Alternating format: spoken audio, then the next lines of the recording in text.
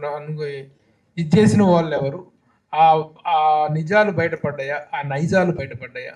How you felt at that time? అంటే ఎప్పుడన్నా బాబుని ట్రోల్ చేసినప్పుడా? That was the time. That was the tough time కదా. బాబుని ట్రోల్ చేసినప్పుడు నా దగ్గరికి వచ్చింది మొత్తం పాజిటివే. అంటే ప్రభాకర్ భయపడకు, మీ వాడికి మ్యాటర్ ఉంది, బాగా చేస్తాడు. కొంతమంది ప్రభా కొంచెం చెప్పు, జనాలు అన్నట్టుగానే ఉంది, కొంచెం మీ వాడిని మార్చుకోమని చెప్పు. ఇప్పుడు నిన్న సాంగ్ చూసిన తర్వాత కూడా one of my well wisher called me from US. Song కుమ్మేశాడా అని, అమ్మ ఇండస్ట్రీలో అసలు ఇలాంటి కొత్త యాక్టర్ ఎవ్వడు లేడు, అసలు ఆ కొంచెం బిహేవియర్ మార్చుకుంటే మీ వాడిని ఎవ్వడేం పీకలేడు అన్నాడు. కానీ నాకు అది తెలియట్లే, ఎట్లా మార్చాలి అని. నేను అది మా అబ్బాయికి ప్రతిసారి మళ్ళీ నేను పోస్ట్ చేస్తాను, నాన్న ఇట్లా అంటున్నారు. వాడు అంటాడు, డాడీ నేను ఇంకేం చేయండి డాడీ, ఆర్టిఫిషియల్గా బతకలేం కదా, మనం ఎట్లా దేవుడు ఎలా ఇచ్చాడో అలా బతుకుతాం కదా, నీ ముక్కు బాగాలేదు అని వాడంటే నీ ముక్కు కోసేసుకోలేను కదా అని వాడు మాట్లాడుతున్నాడు. నేనేమంటున్నా అంటే it will come with experience అన్న. ఇలా ఎక్స్పీరియన్స్లు అవుతూ పోతేనే ఈ జనరేషన్, ఎస్పెషల్లీ మీ ఇంట్లో మా ఇంట్లో కాదు, ఎవరి ఇంట్లో అయినా సరే ఎలా ఉందంటే జనరేషను, అది అక్కడ పెట్టొద్దు అంటే ఇంకా 2 సార్లు పెడతారు. నానా నువ్వు పడతావు అంటే వెళ్ళిపోతారు. పడ్డ తర్వాత సారీ డాడీ పడతా అనుకోలేదు అంటారు. నేనేమంటానంటే అలానే ఇప్పుడు నా బిడ్డ ఏదో తప్పు చేశాడు అనట్లే, వాళ్ళకి ఎక్స్పీరియన్స్ అయ్యే వరకు. మా జనరేషన్లో అట్లా కాదు, నాన్న చెప్పాడు అనుకోండి వినేవాళ్ళం, వినకపోతే ఒక దెబ్బ వేసేవాడు. ఇప్పుడు కొట్టే పరిస్థితి లేదు, కొడితే కేసే, జైలే. బిడ్డను కొట్టి జైలుకి వెళ్ళడం అంత దురదృష్టం ఇంకోటి ఉండదన్న. ఇప్పుడు పుట్టేదే మనం బతికేదే వాళ్ళ కోసం. సో మా నాన్న కర్ర ఎరిగేదాకా మమ్మల్ని కొట్టేవాడు, మనం నేర్చుకున్నాం, విన్నాం. ఇప్పుడు వినరన్న, ఎక్స్పీరియన్స్ చేస్తారు. వాళ్ళు ఎక్స్పీరియన్స్ చేసిందే బిలీవ్ చేస్తారు. సో ఇది జనరేషన్ గ్యాప్. సో దయచేసి దాన్ని అర్థం చేసుకోండి. వాళ్ళ ఎక్స్పీరియన్స్ వాళ్ళ లైఫ్ని ముందుకు తీసుకెళ్తుంది. సో ఇవన్నీ పక్కన పెడితే ఇప్పుడు ఇది ఒక సైకలాజికల్ మీటింగ్ అయితే మనం దాని గురించి మాట్లాడొచ్చు. ఇది రామ్నగర్ బన్నీ టీజర్ లాంచ్ కాబట్టి ఈ సినిమాని చూడండి మీరు. సినిమాలో మా వాడి టాలెంట్, వాడి ప్రజెంటేషన్, వాడి హార్డ్ వర్క్ ఎలా ఉందో దయచేసి పాజిటివ్ సైడ్ చూడండి అని నేను మనస్ఫూర్తి కోరుకుంటున్నాను. మీకు నచ్చనివి ఏమైనా ఉంటే పక్కన పెట్టండి. అండ్ నా బిడ్డ ట్రోల్ అయ్యాడా ఏమయ్యాడా అని చూస్తే నేను ఆ రోజున అందరికీ తెలియాలని పెట్టాను. అసలు అప్పుడు పెట్టాల్సిన అవసరమే లేదు, ఏ సినిమా చేయలే. తప్పు నాదే నిజానికి, మా అబ్బాయిది కూడా కాదు. నేనేమనుకున్నాను, నన్ను అభిమానించే వాళ్ళందరూ ఎంకరేజ్ చేయాలని ముందుగా పెట్టా. అప్పటికి 2 సినిమాలు కన్ఫర్మ్ అయిపోయి సైన్ చేసాం, ఇది ఇంకా స్టార్ట్ అవ్వలేదు. సో 3 సినిమాలతో రాబోతున్నాడండి, ఆశీర్వదించండి అని పెట్టా. సో మంచిగా ఆశీర్వదించారు. అంటే నేనేది మంచిగా ఆశీర్వదించారు. సో నేను అనుకున్నది నెరవేరింది ఒక రకంగా. I'm very positive. అందరికి రీచ్ అయింది, మూలలకి రీచ్ అయింది. అది తనే తెచ్చుకున్నాడు. So I appreciate him. But ప్రతిసారి మనం అవతలని కొడితే మనం టీవీలో కనపడతాం, కానీ ప్రతిసారి కొడితే కుదరదు. జైలుకి వెళ్తే ఫేమస్ అవుతాం, కానీ జైలుకి వెళ్తే గొప్ప కాదు. సో ఆ నెగిటివిటీని పక్కన పెట్టి పాజిటివిటీని మనం స్ప్రెడ్ చేసుకోవడానికి ట్రై చేయాలి. ఇది మా అబ్బాయికి చెప్తున్నాను మీ అందరి ద్వారా. అండ్ వాడు డెఫినెట్గా వింటాడు and he will experience everything, I know. Thank you Prabhakar.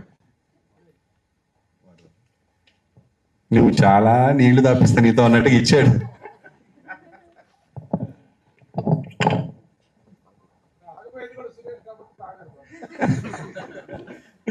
చెప్పండి సురేష్. 3 సినిమాలు ఒకేసారి కంటిన్యూ చేసి 3 సినిమాలు పూర్తి చేసి, మొదటిగా సెలబ్రిటీలు కొడుకులు హీరోగా అంటే ఒక హై ఎక్స్పెక్టేషన్ తోడుగా కొంతమంది ఆడియన్స్ వస్తారు, ఫిక్స్ అవుతారు. 3 సినిమాల్లో ఈ సినిమానే మొదటి సినిమాగా ఎంచుకోవడానికి మెయిన్ రీజన్ ఏంటి? ఇది లాస్ట్ టైం చంద్రాస్ చెప్పాడు, మళ్ళీ చెప్తున్నాను. First movie black dog for a white chick, పక్క యూత్ కంటెంట్. ఎస్పెషల్లీ నన్ను ఆదరించిన మహిళలు ఎవరైతే ఉన్నారో వాళ్ళు చూసే కంటెంట్ కాదు అది, యూత్. అలాంటి సినిమా నడవదని కాదు. ఫ్యామిలీస్ బయటికి రాకుండా ఉన్న సినిమాలు ఇప్పుడు 1000 కోట్లు 1100 కోట్లు కూడా సంపాదిస్తున్నాయి కొన్ని సినిమాలు. అంటే మీరు యానిమల్ సినిమా చూస్తే ఫ్యామిలీస్ అందరూ కొంచెం దూరంగా ఉన్నా కూడా కొన్ని కోట్లు 1000 కోట్లు సంపాదించారు. అలా అని బ్లాక్ డాగ్ నడవదని కాదు, సూపర్ ఉంటుంది. యూత్ పిచ్చగా 4-5 సార్లు చూస్తారు. సో అది. సెకండ్ మూవీ వచ్చేసి ఒక కంటెంట్, ఒక లవ్ స్టోరీ. అది కూడా ఒక వర్గానికి ఉంటుంది. నేను కోరుకుంది ఏంటంటే నా బిడ్డ, ఇది నా ప్లానింగ్, నా బిడ్డ ఫ్యామిలీ మొత్తం కూర్చొని చూడాలంటే మనవరాలు, మనవళ్ళు, కూతుళ్ళు, అమ్మ, నాన్న ఎవ్వరు ఆక్వర్డ్ ఫీల్ అవ్వకుండా చూడాల్సిన సినిమా అంటే ఈ మూడిట్లో ఇదే. ఎక్కడ ఆక్వర్డ్నెస్ ఉండకుండా. అందుకని ఇది ఫస్ట్ వస్తే నా బిడ్డగా ఉంటాడు, లేకపోతే ఎవరో ఒక చంద్రహాస్ వచ్చినట్టు ఉంటుంది. ఎందుకంటే నన్ను దృష్టిలో పెట్టుకొని మీరు నా బిడ్డను చూస్తారు. ప్రభాకర్ కొడుకు, చిరంజీవి గారి కొడుకు, లేదా బాలకృష్ణ గారి అబ్బాయి అంటే అలా చూస్తారు. కాబట్టి అంటే నేను వాళ్ళతో పోల్చుకున్నాను అనగానే బాబు, దయచేసి ఊరికే నోటికి వచ్చింది అంతే. సో అలా నా బిడ్డ, నా ఆడియన్స్ ఇలా ఉండాలని కోరుకుంటారు. కాబట్టి ఈ సినిమా కరెక్ట్ అని అనిపించి ఇది ఫస్ట్ వస్తుంది. ఓకే, ఇండస్ట్రీకి ఒక ప్యాషన్తో వస్తాం ఎవరైనా. సో మీరు అలాగే వచ్చారు. అలాగే మీరు ఇక్కడ ఎంతో కష్టపడి కోట్లు సంపాదించారు. ఆ కోట్లు సంపాదించింది తాకట్టు పెట్టి కొడుకు కోసం ఇంత త్యాగం చేయటం అవసరమా అని అనుకుంటే మీరు ఏం సంపాదించారు? లేదు, నేను కోట్లు సంపాదించింది నా బిడ్డల కోసమే. ఇప్పుడు పెట్టింది కూడా నా బిడ్డలకే. నేను నా పాప నెక్స్ట్ ఇయర్ వేరే ఆస్ట్రేలియానో లండన్ వెళ్ళి చదువుకుంటా అంది. అప్పుడు కూడా తాకట్టు పెడతా. That's not a bad thing. నేనే కదా, ఎవరైనా సరే లక్షల కోట్లు సంపాదించుకోండి, ఏం చేస్తారు? బిడ్డ ఫ్యూచరే కదా కావాల్సింది. బిడ్డ ఏం చేస్తారు? మీరు మీ బిడ్డ వ్యాపారం పెట్టుకుంటా అన్నారు అనుకోండి, డబ్బులు ఎవరు ఇవ్వాలి? ఎక్కడి నుంచి తెచ్చుకుంటాడు వాడు? కన్న తల్లిదండ్రులు మన ఇవ్వకపోతే వాడు ఎలా ముందుకెళ్తాడు? వాడు చేయాలనుకున్న పనికి అందులో సిన్సియారిటీ ఉందా లేదా చూసి చేస్తాం. మై సన్ 100% సిన్సియర్గా చేస్తున్నాడు, ఒక ప్రొఫెషన్ ఎంచుకొని వెళ్తున్నాడు. రేపోతే మీ అబ్బాయి కూడా 100 కోట్లు సంపాదించొచ్చేమో హీరోగా. అది మనము ఫ్యూచర్ మనం చెప్పలేము సురేష్. నా దగ్గర ఉంది కాబట్టి పెట్టాను, లేకపోతే అప్పు చేసి కూడా పెట్టేవాడిని నా బిడ్డకి. నేను చెప్తున్నా కదా, అంత టాలెంట్ కనిపించింది, అంత హార్డ్ వర్క్ కనిపించింది. మొదటి సినిమాకే వాడు కష్టపడడంలో, ఫస్ట్ సినిమాకే కాలు కొట్టుకొని ఇంటికి వచ్చాడు నైట్ 4 ఫైట్ చేసి. నాకు ఏడుపు వచ్చేసింది. బ్లాక్ డాగ్ అండ్ వైట్ చిక్ సినిమాలో ఫ్లిప్ చేస్తూ మాస్టర్ కింద మ్యాట్స్ పెడితే ఇటు మ్యాట్ వద్దు, పరుగు పోతుంది, ఎవరైనా చూస్తారు, అది ఎవరు చూస్తారు, కనపడదు ఫ్రేమ్లో అన్నా కూడా వద్దు వీళ్ళందరూ చూస్తున్నారు కదా అని మ్యాట్ తీసేసి దూకాడు. నైట్ 4 అంటే మార్నింగ్ 7 నుంచి ఫైట్ జరుగుతుంటే తెల్లారుజాము 4 వాడు అక్కడికి వెళ్ళి ఆ గాల్లో ఇలా లేచి అక్కడ ఫ్లిప్ తిప్పి పడతాడు. ఆ తిరుగుతున్న టైంలో నిద్ర వచ్చేసింది సార్కి. వచ్చి మోకాల మీద పడ్డాడు, పచ్చాక్మని వెళ్ళిపోయింది. నాకు జామ్, నేను ఇంకా అయిపోయింది ఫీచర్, మొత్తం లైఫ్ అయిపోయింది కదా అని భయపడిపోయాను. దేవుడి దేవుళ్ళ అది ఒక 40 డేస్లో రికవర్ అయిపోయింది. దగ్గరుండి తీసుకెళ్లి హాస్పిటల్లో చూపించాను. అంటే ఆ డెడికేషన్ చాలా అంట నేను లైఫ్లో. అంటే నేను చేసింది బాగా రావాలి, బాగా చెయ్యాలి, ఇది ఉండాలి. అవతల ఏదో అన్నాడు దానికి సమాధానం చెప్పాలి, ఆయన వెళ్ళి కొట్టాలి, ఇది కాదు. స్క్రీన్ మీద ఇది చేయాలి. అది ఉంది నా బిడ్డ దగ్గర, ఇది కూడా ఉంది. ఇది ఎక్కువ ఉంటే ఇంకా హ్యాపీ. చంద్రహాస్,